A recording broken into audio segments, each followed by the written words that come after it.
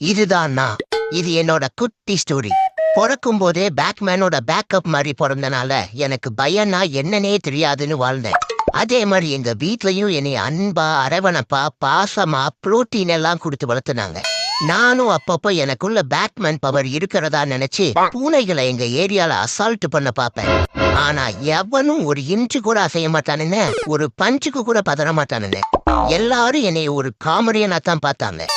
அப்புறம்தான் எனக்கே தெரிய வந்தது, உண்மையாவே நான் ஒரு காமெடி பீஸ் தான்.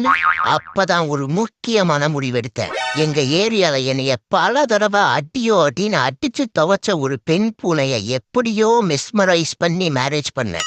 அது மூலமா என் வம்சாவளிய வீரமாக்கணும்னு பார்த்தேன். நான் நினைச்ச மாதிரியே குட்டிங்க மணிமணியா மானாவரியா பிறந்தாங்க. அங்கதாண்டா வச்சாங்க எனக்கு ஒரு ஆப்பு.